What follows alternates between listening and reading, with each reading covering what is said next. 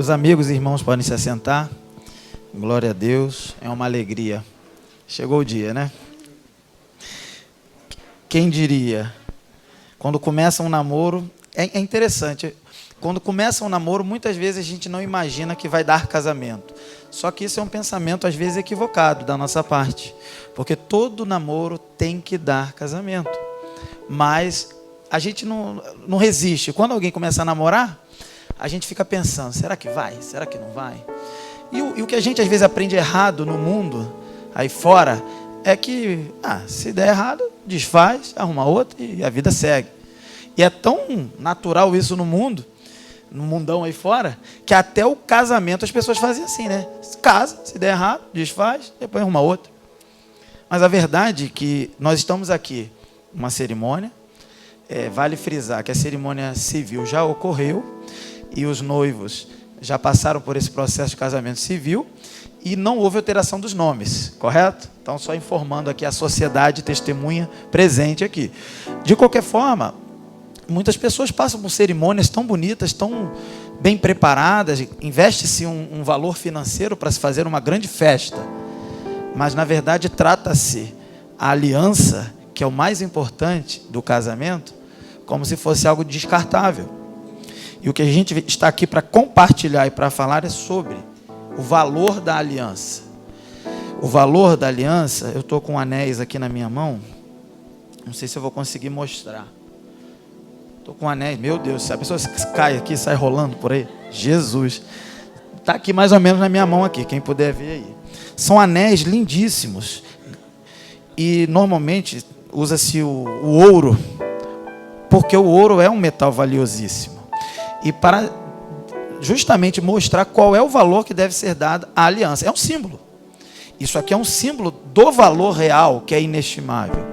Só que eu volto a frisar, muitas pessoas trocam esses anéis aqui, gastam dinheiro num grande anel, um modelo maravilhoso de aliança. Mas tratam isso como se fosse descartável. Até o ouro de um anel trata como se fosse descartável.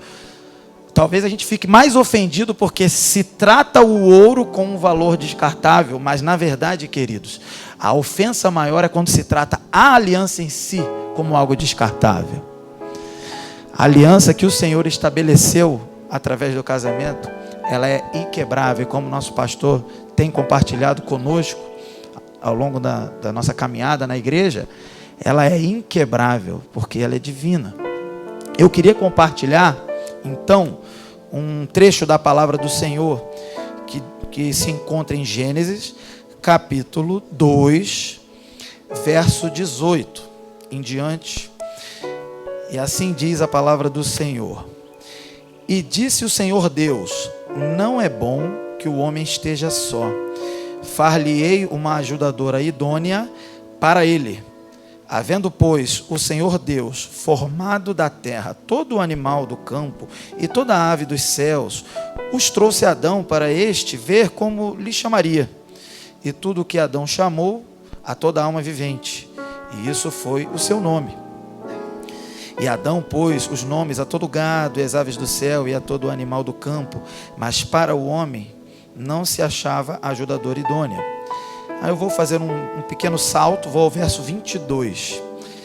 Depois que o Senhor formou a mulher, ele apresenta ao homem, e assim diz: e da costela que o Senhor Deus tomou do homem, formou uma mulher e trouxe-a a Adão.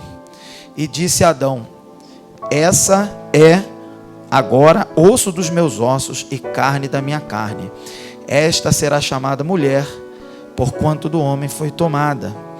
Portanto, deixará o homem o seu pai e a sua mãe, e apegar-se-á a sua mulher, e serão ambos uma carne. Queridos e queridos noivos, isso é casamento.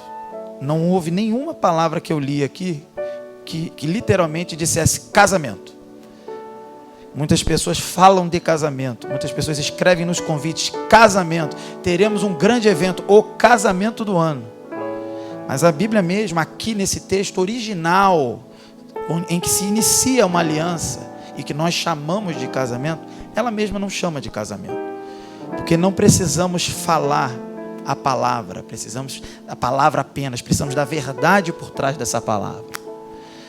Se eu falar casamento e aliança e compromisso, e não tiver compromisso, e não tiver aliança, e eu não, de fato, viver o que foi estabelecido aqui, são só palavras. É vazio e aí sim é descartável. Por isso que muitos dizem, acabou o amor. Nunca acabou o amor. A palavra de Deus diz que o amor não acaba. O amor, ele não sofre alteração com o tempo, com a morte, inclusive. Não acaba o amor. O que acaba é a vida, a nossa vida. A gente morre. Mas o amor não acaba. E a aliança é baseada no amor de Deus. E nesse amor, saber também um ao outro amar. Amar a Deus e amar um ao outro. E se assim for, é inquebrável. Se assim for seguido e obedecido, é inquebrável. Quando a gente leu nesse texto, aqui fica claro que o propósito de Deus para o homem, aí eu falo para o homem mesmo, masculino, porque aqui na situação aqui, o homem já tinha sido criado por Deus e já estava desenvolvendo a sua função neste mundo, que é, de certa forma, administrar, né, aquilo que Deus criou. Só que essa administração que Deus estabeleceu para o homem, ela estava incompleta, porque o homem estava só. Como o texto diz, não é bom que o homem esteja só. E ali foi a decisão, far-lhe-ei uma ajudadora idônea. E essa ajudadora idônea, ela não é inferior. Tanto não é inferior, que ele é apropriada para aquilo que o homem precisa para ser completo no propósito, que é administrar aquilo que Deus criou, que é glorificar a Deus, sendo um representante de Deus nessa terra, nesse mundo, na criação e também na eternidade, inclusive. Mas neste mundo aqui, especificamente, nesse tempo aqui, para que isso ocorra com propósito, cumprindo o propósito, precisa-se da ajudadora idônea. Através do casamento, através dessa aliança, o homem e, claro, a mulher cumpre o seu propósito neste mundo até que a morte assim os separe. Então, o que Adão diz quando Deus apresenta essa ajudadora idônea, chamada aqui no texto de mulher, e a expressão aqui é Ishá. O homem é tratado como Ish, né? E a mulher como Ishá. Eu não vou ficar gastando linguagem aqui original, mas, queridos, isso significa que eles são semelhantes. Significa que um é o masculino e no caso ela, a feminina. E são semelhantes. Não tem distinção no sentido da dignidade do ser. Mas nas funções, obviamente, haverá diferenças, haverá. E são outras discussões que vocês já estudaram bastante no curso de noivos, com a juventude e também com o nosso pastor Carlos. Mas eu queria destacar aqui que a aliança e o propósito do ser humano, ele só está completo quando ele se une. O Ish com a Ishá, o homem com a mulher, o semelhante masculino com a semelhante feminino. E isso foi Deus que fez, estabeleceu. E o nome disso nós chamamos de casamento. Deus não precisou dar nome. Deus só queria que fosse seguido e obedecido. Se nós demos nome, ótimo, mas vamos obedecer o que o nome significa, queridos. E terminando, quando Adão vê a mulher que lhe é apropriada, que lhe é a ajudadora idônea, que lhe é semelhante, porém diferente, feminina, Adão diz a expressão, uma das expressões mais lindas que um homem pode dizer para a mulher. Ele diz assim: esta é agora osso dos meus ossos e carne da minha carne. Esta será chamada mulher, porquanto do homem foi tirada. Eu até repito, esta será chamada semelhante feminino, porque do semelhante masculino foi tomada. O homem sem pecado entende o que é uma mulher. E a mulher, da mesma forma, sem pecado, glorifica a Deus, seguindo junto com o homem e cumprindo a missão que Deus estabeleceu. E aí, o próprio Cristo cita esse verso 24 no seu debate com os fariseus. O Cristo lembra disso e eu posso repetir aqui o que está escrito no verso 24. Portanto, deixará o homem o seu pai e a sua mãe, e apegar-se-á à sua mulher, e serão ambos uma carne. Quando Jesus lembra do debate com os fariseus, ele está deixando claro o seguinte: como era no princípio. É desse jeito aqui que eu li. Se é desse jeito aqui, aí Jesus disse: portanto, o que Deus uniu, não separe o homem. Queridos, aliança é algo que começa com Deus e é seguido e obedecido pelos servos de Deus. O homem sem pecado trata a mulher como Deus quer que trate. A mulher sem pecado trata o homem da mesma forma. Só que nós vivemos hoje num tempo de pecado. Qual é a solução para a nossa vida e para o casamento? Jesus Cristo. Só por Jesus que essa aliança é inquebrável e é possível, porque capacita vocês definitivamente para a obediência perfeita, por causa da obediência dele e por causa da ação do Espírito Santo em vocês.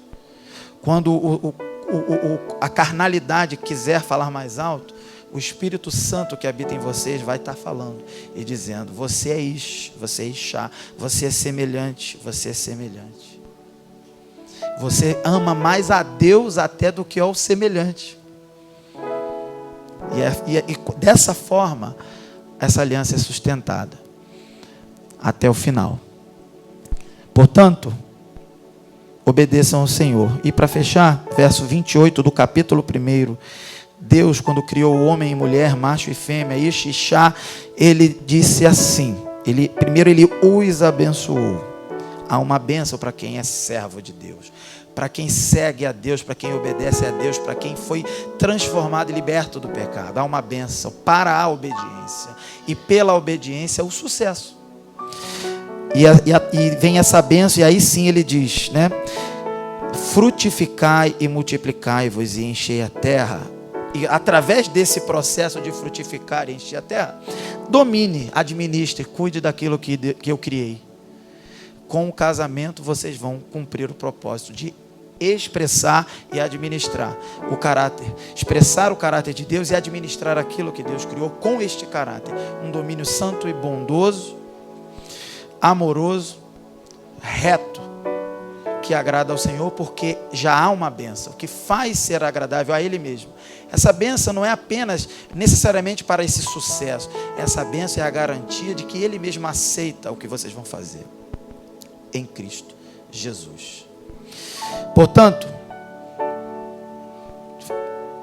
eu digo para vocês o seguinte: perseverem, resistam às tentações, as menores que sejam, que naqueles momentos mais insignificantes se tornam as maiores. A vontade de esbravejar, de se magoar um com o outro. Resistam. Vocês têm condições de resistir. É difícil. A cada dia é difícil. E aquilo que eu falei para vocês nos últimos dias, preparando para esse grande dia, eu disse assim: grandes energias se gastam numa cerimônia, num grande banquete que haverá aqui. Sim, mas a maior energia, e a maior energia que você tem que gastar, não é na festa ou na cerimônia, porque ela pode não significar nada se não houver vida depois disso. O dia mais importante é o hoje. Só que o hoje, amanhã, virou ontem. Então, o amanhã é o hoje. Deu para entender? É sempre o hoje. Claro, com planejamento você pensa no amanhã, mas é o hoje. Gaste as suas energias no hoje. Então eu vejo às vezes jovens animados com casamento, fazendo aquilo, o grande evento da vida dele. Querido, o grande evento da sua vida é o dia de hoje. Então amanhã vai virar hoje e vai ser o grande evento da sua vida. E a festa é só uma bela lembrança.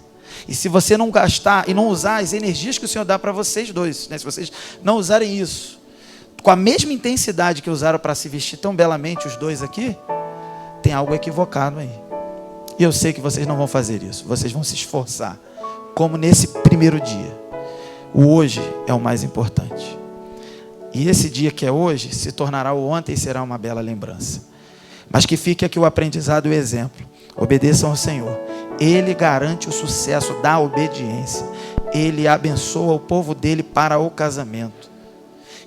E sejam luz no meio de outros que não servem a Deus, que não conhecem a Deus, para que aprendam o sucesso do casamento. Amar a Deus em primeiro lugar e amar ao próximo, o semelhante, como a si mesmo.